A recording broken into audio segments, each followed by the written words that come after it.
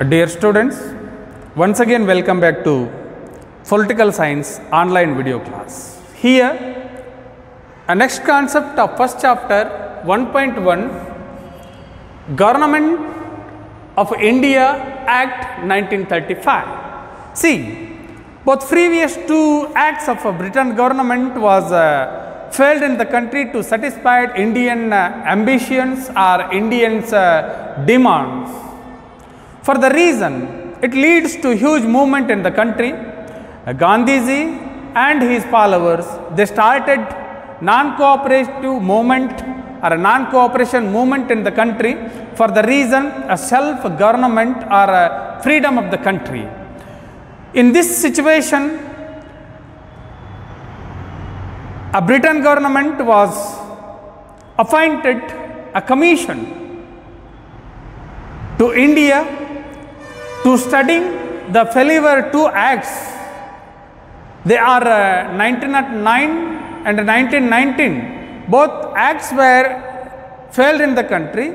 In 1927, they appointed a commission, that is Simon Commission. See, Sir John Simon, it included 6 members itself, but there is no Indian representative in the commission. So Simon Commission was appointed in 1927. They taken 2 years to study the failure 2 acts in the country. Finally, in 1929, they completed the study and their reporting to the Britain government with a recommendation of a dominion status to the India. Dominion, it means independent status. A Simon Commission which was suggested to the Britain government to provide a dominion status to the India. According to the suggestion and recommendation included in the report of Simon Commission of 1929, a Britain government was called a round table conference to discuss about Indians and the circumstances in the country. For the reason, they call 3 round table conferences when that time. The first round table conference, which was held in 1930. As a representative of the country, Mahatma Gandhi was attend the first round table conference at first in England in 1930. A second round table conference which was called in 1931. A great leader of our country, Dr. B.R. Ambedkar, was attend a second round table conference in England. And lastly, in the third round conference in 1932, a third round table conference which was held in England also. Again, Gandhiji attended the third round table conference in England 1932. With regards of 3 round table conferences, Britain Parliament taken decision and they formulate a white paper. It includes discussions of these 3 round table conference done by Gandhi and Ambedkar. The white paper of Britain Parliament, it includes the improvisation of a life of Indians. In it included a few most important subject matters itself. First one, educational facilities and political reservation for depressed class in the country. This is first feature.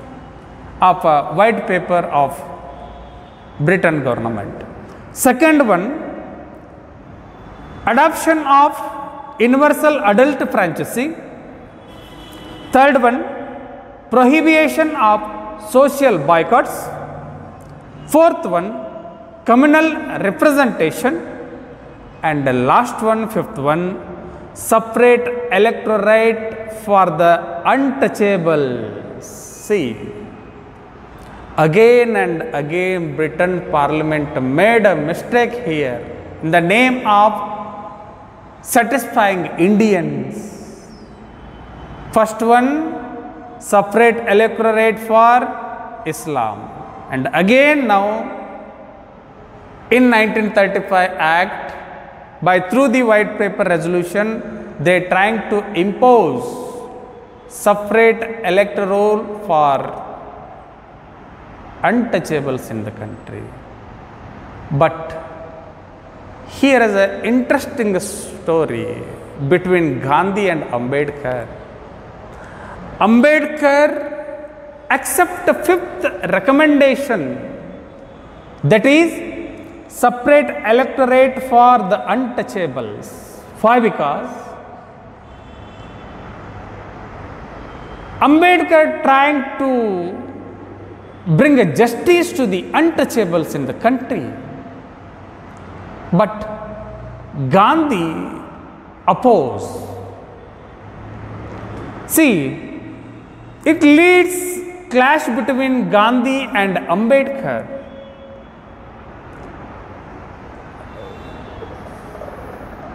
Actually, Gandhi is also not against untouchables. He is not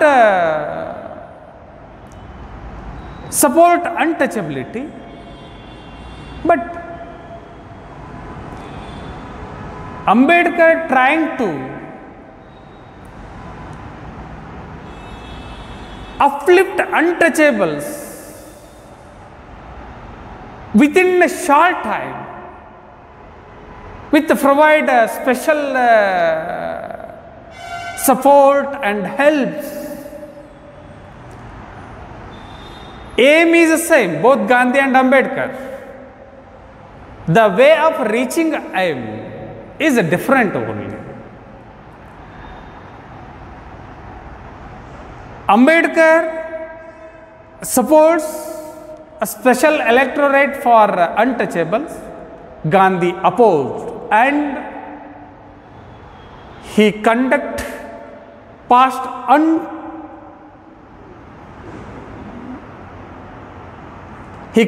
fast unto death, that it caused between clash of Ambedkar and Gandhi. But finally,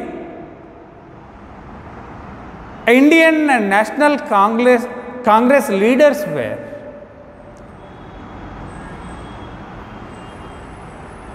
convey a Gandhi in the place of separate electorate for untouchables.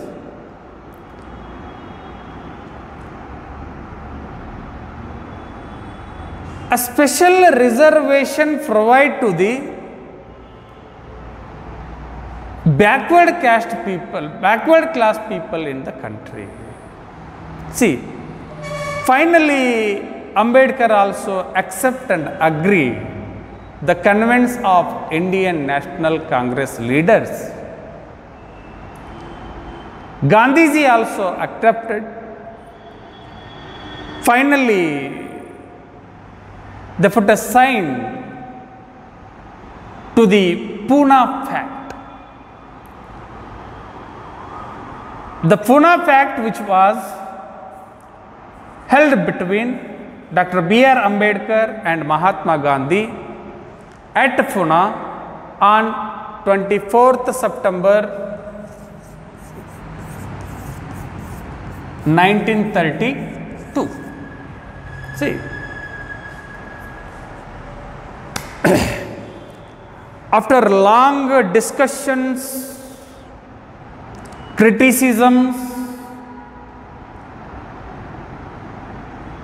of Indians within the country, discussions, recommendations, suggestions of Indians, a Britain government was considered, and finally they called joint commission.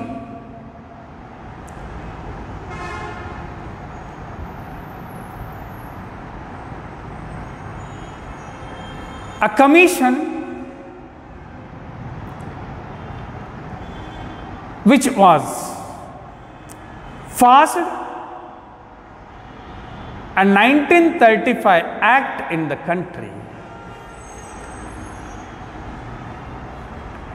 A 1935 Government Act of India, which was consist 321 articles and 10 schedules.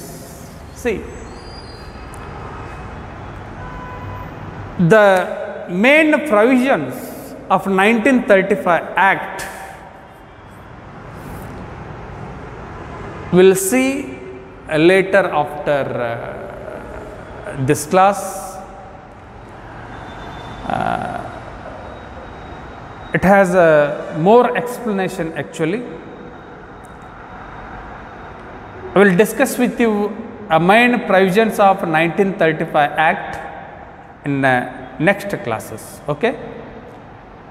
Thank you. Kannada ಮೀಡಿಯಮದವರು ಆಗಲೇ 1919ರ ಮಾಂಟೆಗೋ ಚೇಮ್ಸ್ಫೋರ್ಡ್ ಆ್ಯಕ್ಟ್ನ ವಿಫಲತೆಯನ್ನು ನೋಡಿದ ಮೇಲೆ ಮತ್ತೆ ಹೊಸ ಕಾಯ್ದೆ 1.1 1935ರ ಭಾರತ ಸರ್ಕಾರಿ ಕಾಯ್ದೆ ನೋಡಿ. ಈ ಕಾಯ್ದೆಗಳನ್ನು ಯಾಕೆ ಹೊರಡಿಸಲಾಯಿತು ಅಂತಂದರೆ, ಭಾರತದಲ್ಲಿ ಬ್ರಿಟಿಷರ ವಿರುದ್ಧ ಚಳುವಳಿಗಳು ತೀವ್ರಗತಿಯಲ್ಲಿ ಪ್ರಾರಂಭವಾಗಿದ್ದರ ಪರಿಣಾಮ, ಭಾರತೀಯರ ಬೇಡಿಕೆಗಳು ಬ್ರಿಟಿಷರ ಮೇಲೆ ಹೆಚ್ಚಾಗಿದ್ದರ ಪರಿಣಾಮ, ಭಾರತೀಯರಿಗೆ ಕಾಯ್ದೆಗಳನ್ನು ಜಾರಿಗೊಳಿಸುವುದರ ಮೂಲಕ ಸಮಾಧಾನಪಡಿಸುವಂತಹ ಕಾರ್ಯವನ್ನು ಬ್ರಿಟನ್ ಸರ್ಕಾರ ಮಾಡ್ತಾಯಿತ್ತು. ಅದಕ್ಕಾಗಿ 1909ರಲ್ಲಿ ಮಿಂಟೋ ಮಾರ್ಲೆ, 1919ರಲ್ಲಿ ಮಾಂಟೆಗೋ ಚೇಮ್ಸ್ಫೋರ್ಡ್ ಈ ಎರಡು ಕಾಯ್ದೆಗಳನ್ನು ಜಾರಿಗೊಳಿಸುವಂತಹ ಸಂದರ್ಭದಲ್ಲಿ ಭಾರತೀಯರ ವಿರುದ್ಧವಾಗಿ ವಿಷಯಗಳು ಅವು ಒಳಗೊಂಡಿದ್ದರ ಪರಿಣಾಮ ಅವು ಭಾರತದಲ್ಲಿ ಜಾರಿಯಾಗಲಿಲ್ಲ.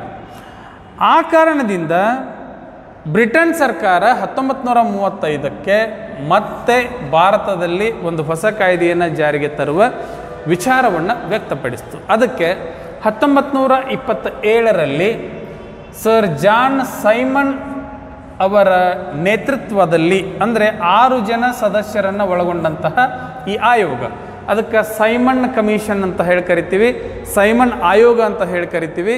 ಇದು ಜಾನ್ ಸರ್ ಸೈಮನ್ರ ಅಧೀನದಲ್ಲಿ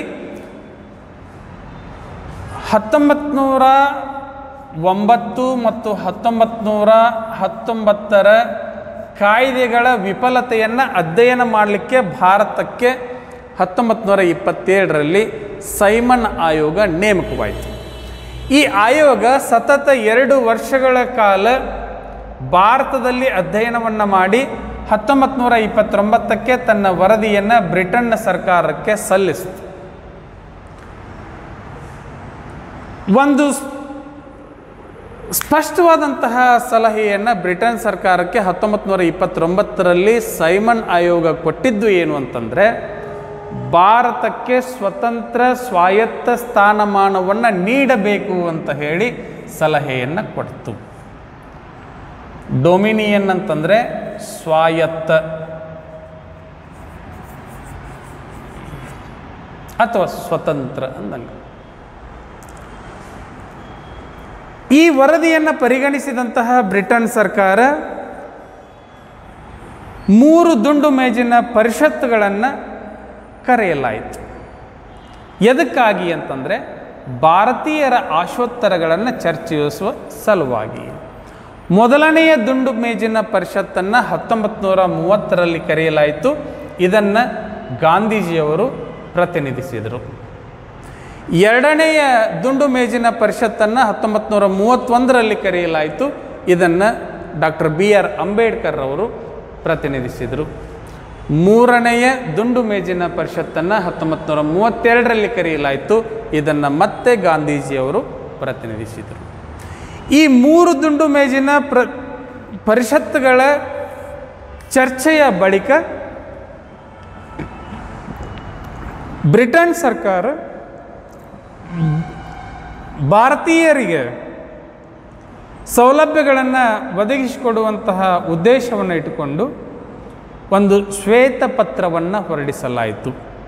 ಶ್ವೇತಪತ್ರ ಅಂದರೆ ಇಂಗ್ಲೀಷ್ನಲ್ಲಿ ವೈಟ್ ಪೇಪರ್ ಅಂತ ಹೇಳಿ ಕರೀತಾರೆ. ಈ ಶ್ವೇತಪತ್ರ ಒಳಗೊಂಡಂತಹ ಪ್ರಮುಖ ವಿಷಯಗಳು ಏನಾಗಿದ್ದು ಅಂತಂದರೆ, ಭಾರತೀಯರಿಗೆ ಶೈಕ್ಷಣಿಕ ಸೌಲಭ್ಯ ಮತ್ತು ರಾಜಕೀಯದಲ್ಲಿ ದುರ್ಬಲ ವರ್ಗದವರಿಗೆ ಮೀಸಲಾತಿಯನ್ನು ನೀಡುವುದು ಒಂದನೆಯ ವಿಷಯ. ಎರಡನೆಯದ್ದು,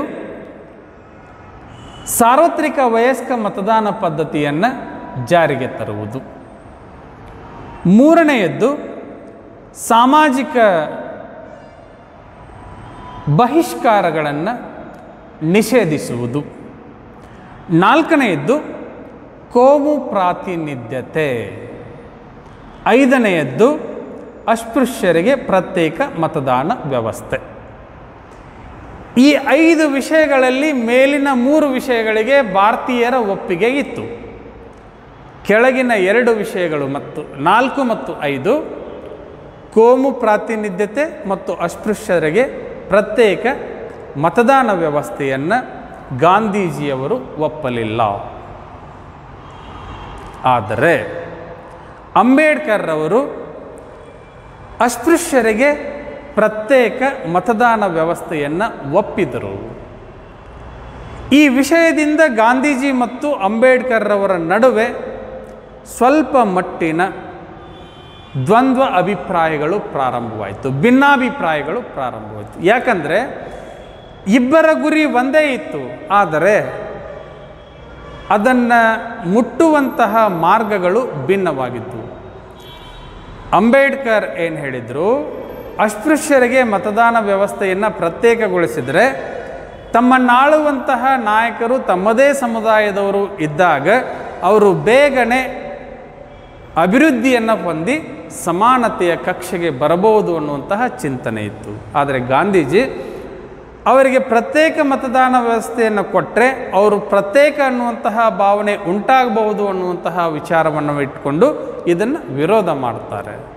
ಇದು ಅಂತಿಮವಾಗಿ ಎಲ್ಲಿಗೆ ಹೋಗಿ ತಲುಪುತ್ತೆ ಅಂತಂದರೆ, ಗಾಂಧೀಜಿಯವರು ಇದನ್ನು ಒಪ್ಪುವುದಿಲ್ಲ, ಅಂಬೇಡ್ಕರ್ ಅವರು ಇದನ್ನು ಬಿಡುವುದಿಲ್ಲ. ಅದಕ್ಕಾಗಿ ಗಾಂಧೀಜಿಯವರು ಅಮರಣಾಂತರ ಉಪವಾಸವನ್ನು ಕೈಗೊಳ್ತಾರೆ. 21 ದಿನ ನಿರಂತರ ಉಪವಾಸವನ್ನು ಕೈಗೊಳ್ತಾರೆ. ಅಂತಿಮವಾಗಿ ಭಾರತೀಯ ರಾಷ್ಟ್ರೀಯ ಕಾಂಗ್ರೆಸ್ನ ನಾಯಕರು ಗಾಂಧೀಜಿಯವರನ್ನು ಮನವೊಲಿಸಲಿಕ್ಕೆ ಪ್ರಯತ್ನವನ್ನು ಪಡ್ತಾರೆ. ಅಸ್ಪೃಶ್ಯರಿಗೆ ಪ್ರತ್ಯೇಕ ಮತದಾನ ವ್ಯವಸ್ಥೆಯನ್ನು ಬಿಟ್ಟು ದುರ್ಬಲ ವರ್ಗಗಳಿಗೆ ಮೀಸಲಾತಿ ಕೊಡುವಂತೆ ಒಪ್ಪಿಕೊಂಡು ಗಾಂಧೀಜಿಯವರನ್ನು ಉಪವಾಸ ಸತ್ಯಾಗ್ರಹದಿಂದ ಹಿಂದಕ್ಕೆ ಕರೀತಾರೆ. ಗಾಂಧೀಜಿಯವರು ದುರ್ಬಲ ವರ್ಗದವರಿಗೆ ಮೀಸಲಾತಿಯನ್ನು ಕೊಡಲಿಕ್ಕೆ ಒಪ್ಪಿಗೆಯನ್ನು ಸೂಚಿಸಿ ತಮ್ಮ ಉಪವಾಸ ಸತ್ಯಾಗ್ರಹವನ್ನು ಬಿಡ್ತಾರೆ.